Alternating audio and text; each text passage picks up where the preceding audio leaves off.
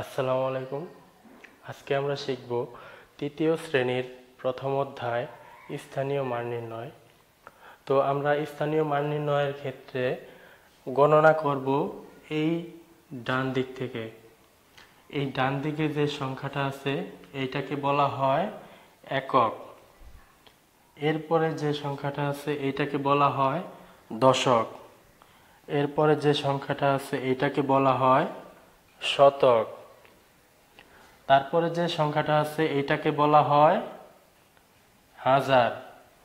এরপরে যে সংখ্যাটা আছে হাজারের পরে যে সংখ্যাটা সেটা হচ্ছে অযুত। অযুতের পরে যে সংখ্যাটা আছে সেটা হচ্ছে লক্ষ, এবং লক্ষের পরে যে সংখ্যাটা আছে সেটা হচ্ছে নিযুত। একটা হচ্ছে হাজার, অযুত, লক্ষ, নিযুত।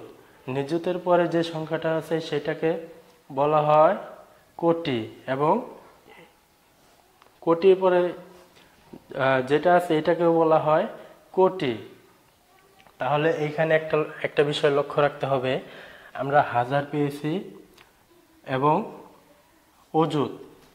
এই যে হাজার এবং অযুত চারটি সংখ্যা দিয়ে হাজার হয় এবং পাঁচটি সংখ্যা দিয়েও হাজার হয়।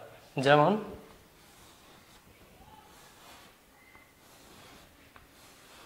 দেখো, একক, দশক, শতক, হাজার। এখানে কত? 1000 আছে, তাই না? সংখ্যা কিন্তু চারটা, 1 2 3 4।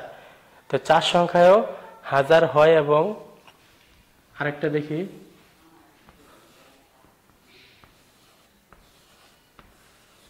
এখানে আছে সংখ্যা আছে পাঁচটা, 1 2 3 4 5, কিন্তু এটাও কিন্তু হাজার। তো চার সংখ্যায় যখন হাজার হয় তখন এই হাজারটা হবে 1 থেকে 9000-এর মধ্যে। আর পাঁচ সংখ্যায় যখন হাজার হবে তখন এটা হবে 10 থেকে 99,000-এর মধ্যে। আমি আবারও বলছি, চার সংখ্যায় যে হাজারটা হয় সেটা হচ্ছে 1 থেকে 9000-এর মধ্যে। যেমন 1000, 2000, 3000, 4000, 5000, এইভাবে 8000, 9000। যখন এই 1 থেকে 9000-এর মধ্যে হবে তখন সংখ্যা থাকবে চারটা, একক, দশক, শতক, হাজার। এটা হাজারেই থেমে যাবে। আর যখন 10,000 থেকে 99,000 হবে তখন কিন্তু সংখ্যা হবে পাঁচটা, এবং সেটা হবে অযুত। অযুত পর্যন্ত, যেমন একক, দশক, শতক, হাজার, অযুত। তাহলে যখন অযুত পর্যন্ত আসবে তখন আমরা এই যে প্রথমে যে দুইটা সংখ্যা আছে এই দুইটাকে ধরবো হাজার। তো একই রকম ভাবে, তো এখন হচ্ছে লক্ষ। এইটাও লক্ষ, এইটাও লক্ষ, এই দুইটাকে মিলেই ধরা হয় হচ্ছে লক্ষ। একক, দশক, শতক, হাজার, অযুত, লক্ষ। এই লক্ষটা হবে 1 থেকে 9 লক্ষ এর মধ্যে। যেমন 1 লক্ষ, 2 লক্ষ, 4 লক্ষ, 5 লক্ষ, 7 লক্ষ, 9 লক্ষ। এই 1 থেকে 9 লক্ষ হবে এই পর্যন্ত। অর্থাৎ এখানে সংখ্যা আছে কয়টা? 1 2 3 4 5 6। 6টা দিয়ে যে লক্ষটা হবে সেটা হবে 1 থেকে 9 লক্ষ এর মধ্যে। আর এই যে নিযুতটা কখন আসবে? যখন 10 লক্ষ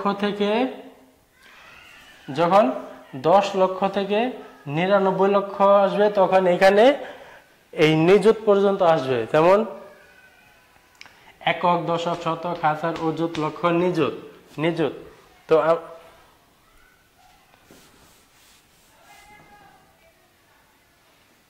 আমরা দুইটা উদাহরণ দেখি।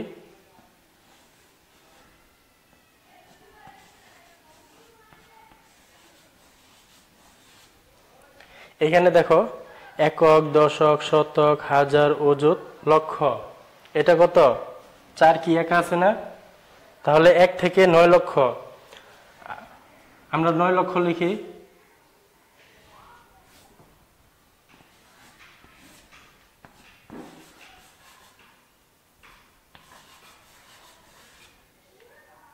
দেখো একক, দশক, শতক, হাজার, অযুত, লক্ষ।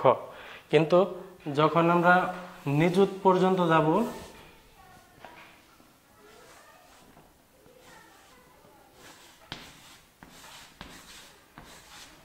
দেখো একক, দশক, শতক, হাজার, অযুত, লক্ষ, নিযুত। যখন নিযুত পর্যন্ত আসবে তখন আমরা এই দুইটা সংখ্যাকে ধরবো লক্ষ, তারপরে যে দুইটা সংখ্যা থাকবে সেটা হচ্ছে হাজার, আর বাকি একটা থাকবে, একটা হচ্ছে শতক, একটা দশক, একটা একক। তাহলে এখানে কত আছে? আমরা যদি এই দুইটাকে লক্ষ ধরি তাহলে 40 লক্ষ আছে, এখানে আছে 40 লক্ষ। তারপরে আমরা যদি আরেকটা সংখ্যা বাড়িয়ে দেই তাহলে কত? একক, দশক, শতক, হাজার, অযুত, লক্ষ, নিযুত, কোটি। তার মানে এখানে আছে 1,40,00,000। আমরা যদি আরেকটা সংখ্যা বাড়িয়ে দেই, যেমন এখানে আরেকটা 1 দিয়ে দেই, তাহলে এখানে আছে 11,40,00,000। আমরা কিভাবে বুঝবো এখানে কত আছে? একক, দশক, শতক, হাজার, অযুত, লক্ষ, হাজার, অযুত, লক্ষ, নিযুত। তাহলে এখানে আছে 40 লক্ষ এবং এই দুইটা হচ্ছে কোটি। এখানে কত? 11 আছে না, সেহেতু এটা 11,40,00,000।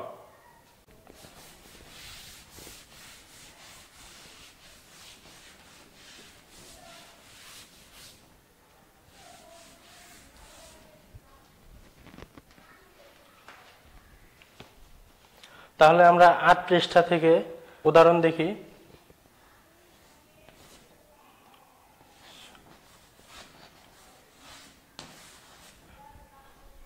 তো দেখো আমরা প্রথমে ডান দিক থেকে গুনব।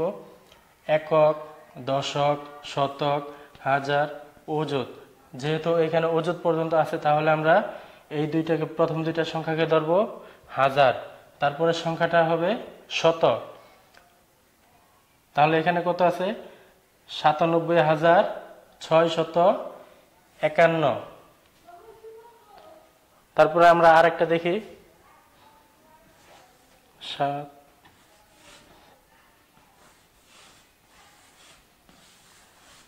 তো এটা দেখি, এটাকে আমরা গুনি একক, দশক, শতক, হাজার, অযুত। তাহলে যেহেতু অযুত পর্যন্ত আছে এখানে আমরা এই দুইটাকে ধরবো হাজার। তাহলে 76,000, এরপরে শতক 534।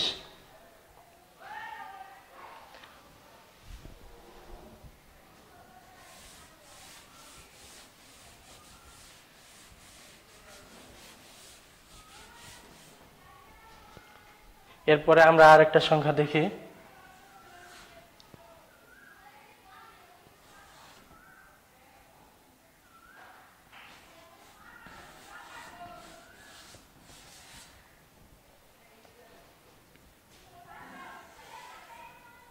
দেখো একক, দশক, শতক, হাজার, অযুত, লক্ষ। এখানে কি, যেহেতু লক্ষ পর্যন্ত আছে তাহলে আমাদের লক্ষ্য এই একটাই হবে। এরপরে দুইটা সংখ্যা হবে আমাদের হাজার, এরপরে শতক এবং দশক, একক। তাহলে আমরা এই দশক এবং এককটাকে একত্রে বলবো। তাহলে 6,02,000, 6,02,457। ঠিক আছে, 6,02,457। আর যদি এইখানে ধরো আরেকটা সংখ্যা থাকতো তাহলে আমরা কিভাবে বলবো? একক, দশক, শতক, হাজার, অযুত, লক্ষ, নিযুত। যেহেতু এখানে নিযুত পর্যন্ত আছে তাহলে এই প্রথম দুইটা সংখ্যা হবে লক্ষ, এরপরে দুইটা সংখ্যা হবে হাজার, তারপরে শতক, এবং যদি আমরা দশক এবং একক একত্রে বলি তাহলে 96,02,457। তো আজকে এই পর্যন্তই। আমরা আগামী ক্লাসে বাকি যেগুলো আছে সেগুলো সমাধান করার চেষ্টা করব।